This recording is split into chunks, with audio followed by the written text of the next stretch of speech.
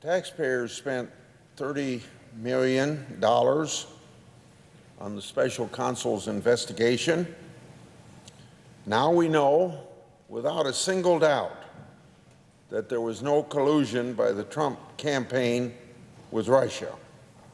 For more than 2 years, the Democrats screamed collusion, and did so not based on fact, but based on rumor, hearsay, and probably wishful thinking.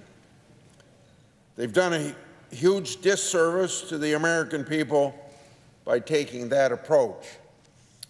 As I've said before, the real collusion was actually with the Democrats. Hear how it has evolved.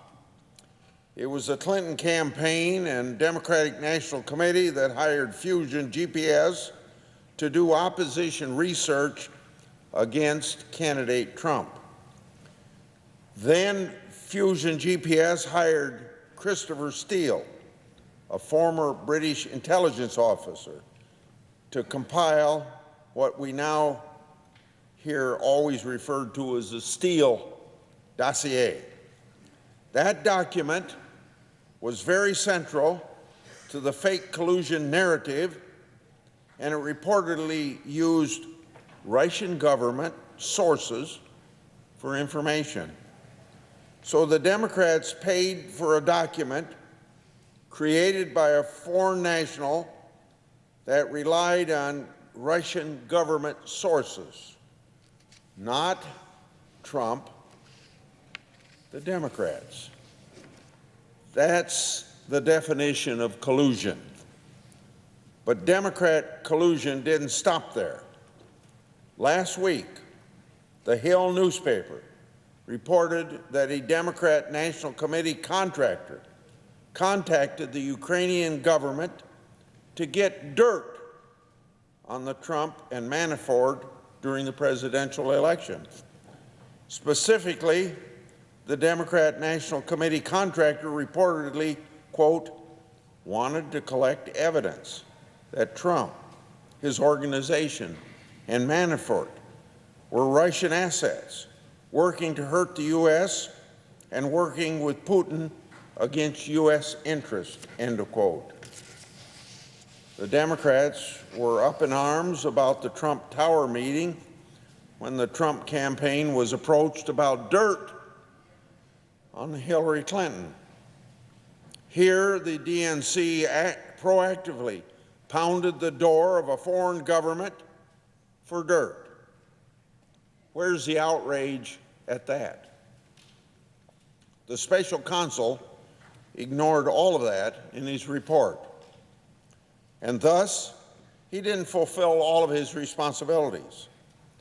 The Deputy Attorney General appointed Mueller in May of 2017 to invest alleged collusion between Trump campaign and Russia during the 2016 election.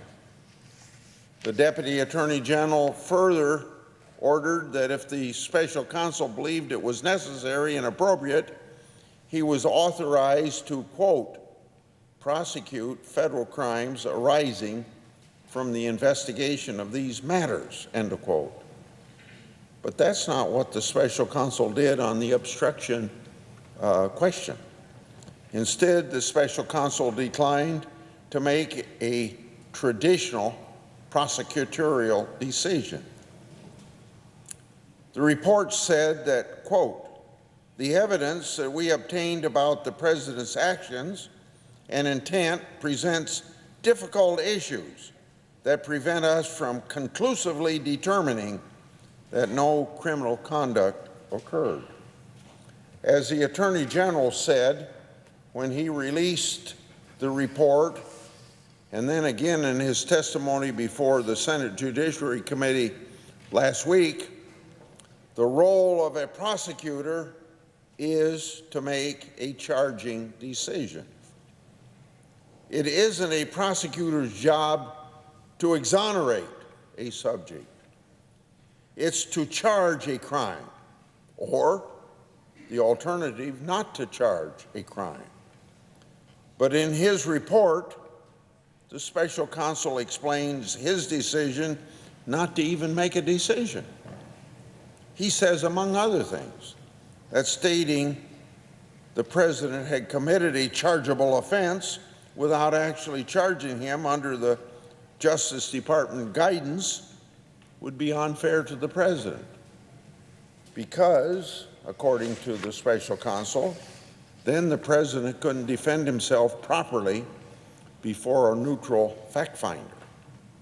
Instead, the special counsel laid out 200 or so pages of facts and hand-wringing relating to the obstruction, and then dumped all of this material on the Attorney General's desk.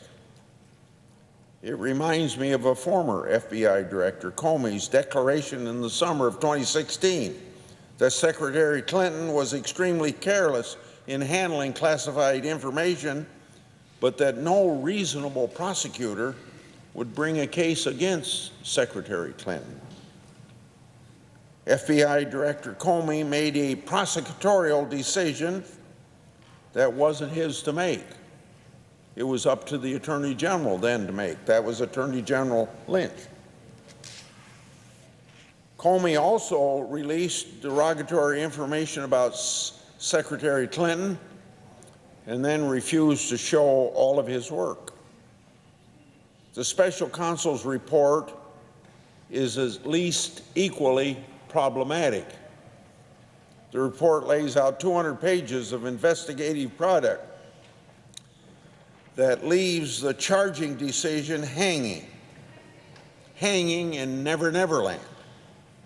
Nevertheless, the report asserts if the special counsel team could have found the president did not commit obstruction, they would have said so.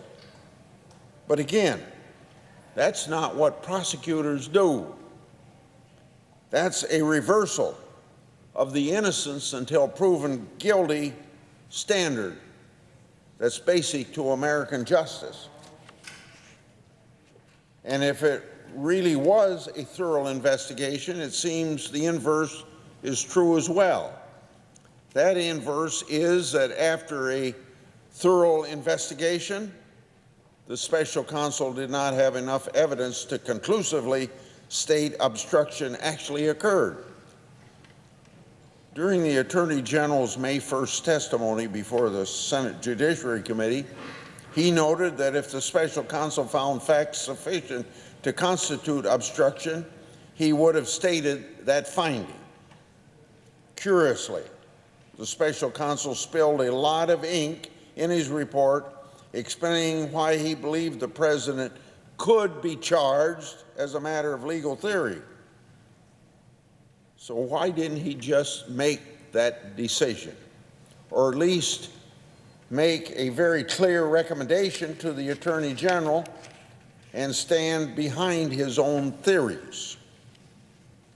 The Attorney General and Deputy Attorney General asked Mueller whether he would have charged obstruction but for the department's guidance on charging sitting presidents. And the special counsel said no, which means that there was no barrier for him to make that charge if warranted. In the absence of a decision from the special counsel, it was then up to the Attorney General and the Deputy Attorney General who appointed Mueller and supervised his works. The Attorney General and the Deputy Attorney General reviewed all the facts and evidence that the special counsel collected. The Attorney General and Deputy Attorney General evaluated it under Mueller's own legal theories, even though they disagreed with some of those theories. And after all that, the Attorney General and Deputy Attorney General determined the evidence was not sufficient to charge.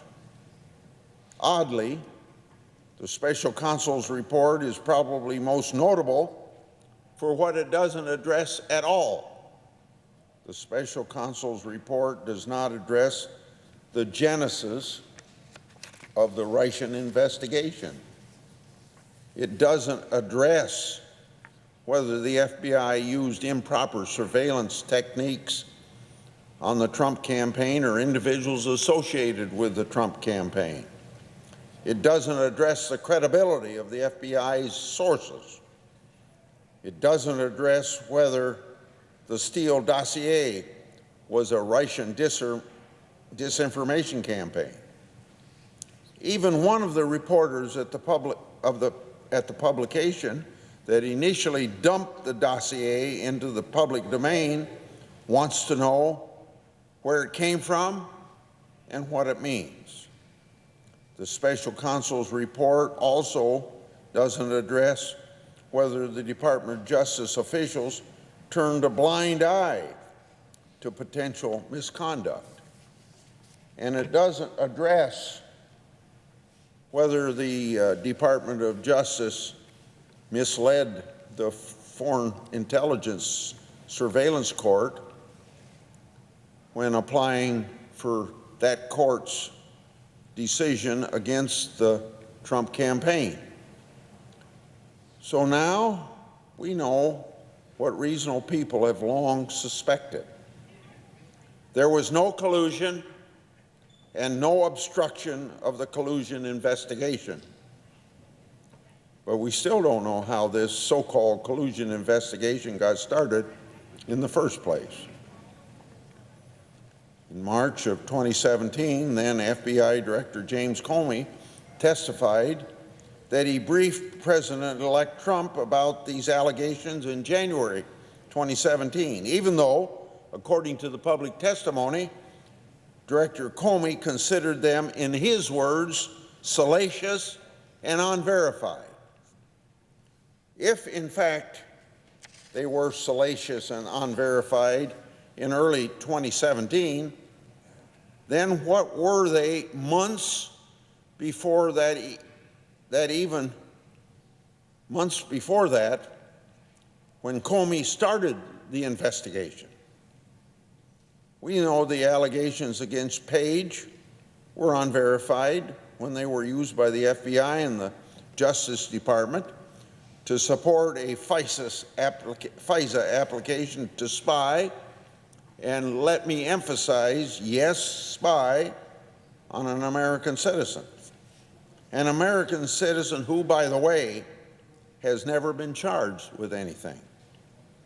In January 2018, Senator Lindsey Graham and this senator wrote to Deputy Attorney General and FBI Director Christopher Wray about the allegations in the Steele dossier and about its author, and more importantly, about its bankrollers. In that memo, we described inconsistencies between what Steele swore to a British court about his contacts with the media and what the Page FISA application represented to the FISA court about those same contacts. The FISA application represented that Steele did not communicate with the media about his intelligence report, but he told the British court that he did. We noted in our memo that if Mr. Steele had lied to the FBI about his media contacts, that would bear on his credibility. And that would be a huge problem because the FISA applications and its renewals depended on taking Steele at his word.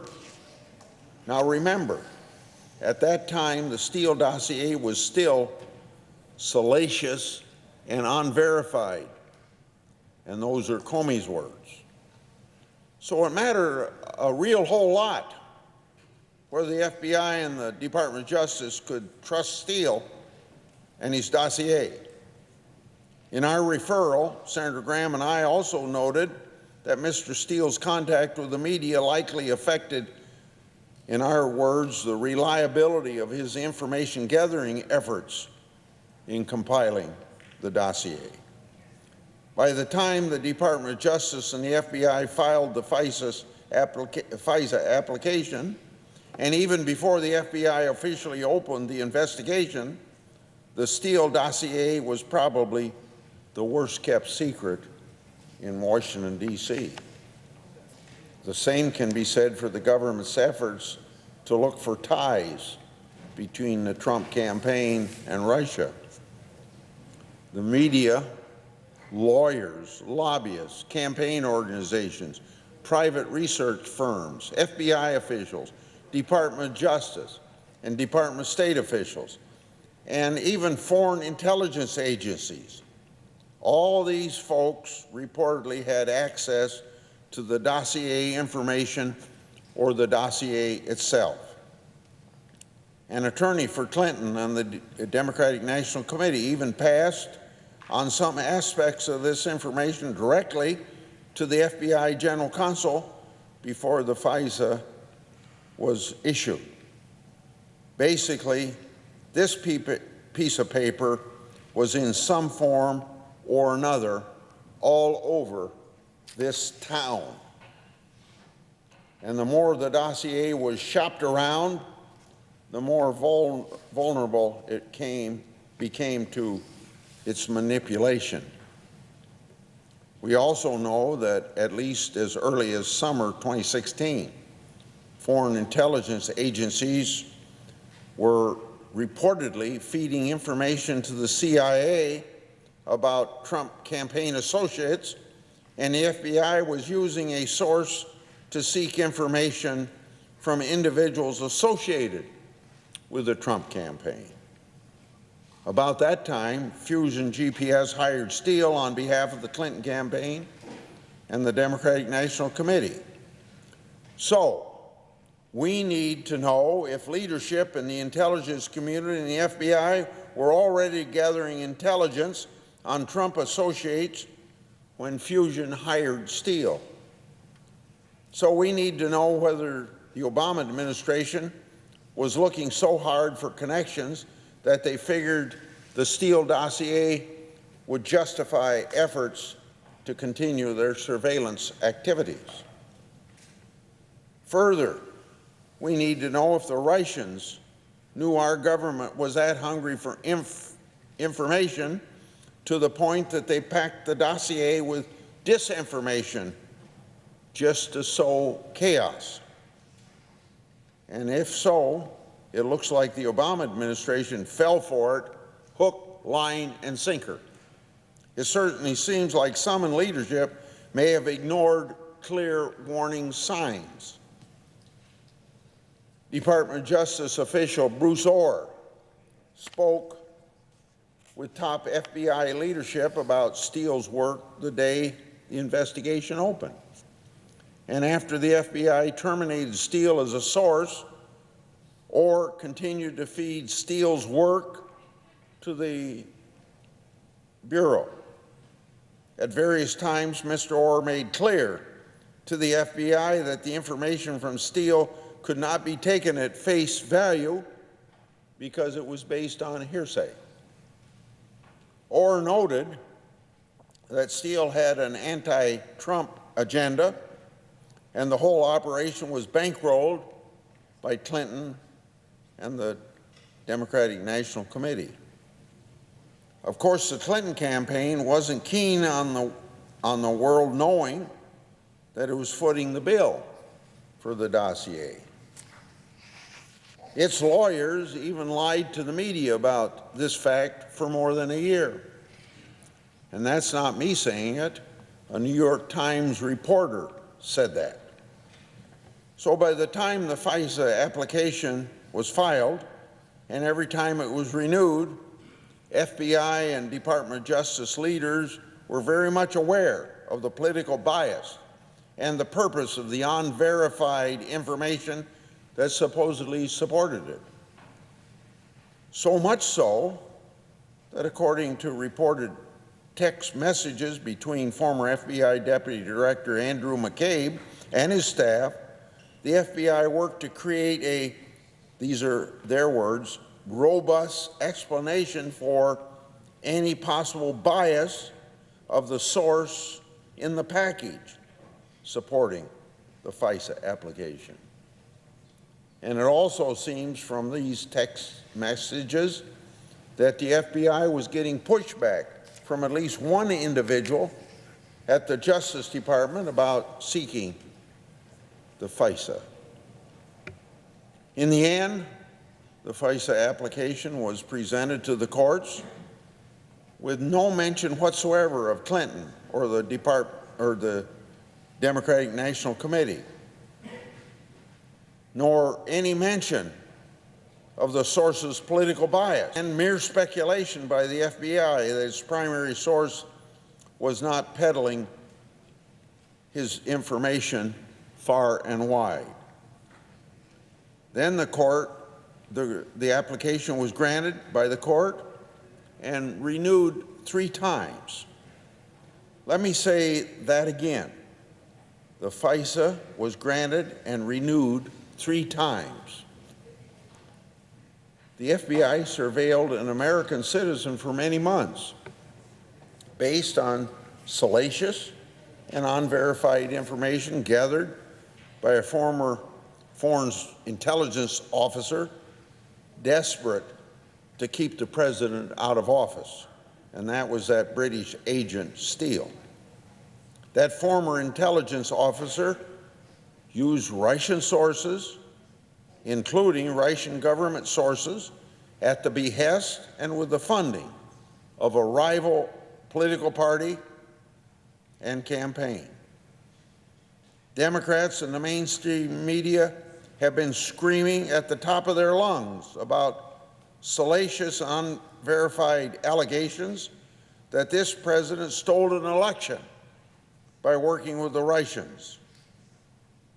But it is a sobering and verified fact that Democrats actually paid for dirt from Russians to damage their political opponents.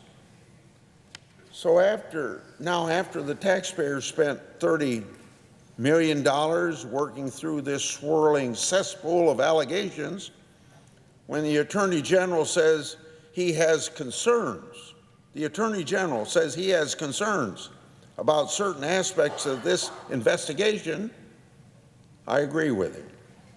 I don't know whether laws were broken or protocols were breached or rules were violated. But I've been doing oversight of the federal government, including the Department of Justice and the FBI, now for decades. And I think there's certainly enough there to be asking questions. For example, did the Obama administration improperly use the U.S. intelligence community to attempt to neutralize and denigrate a political opponent? Did the Obama administration fail to properly assert oversight of the Department of Justice and the FBI FISA process? These questions must be answered. It's fundamentally American to care not just about what laws the government enforces, but also how the government enforces those laws.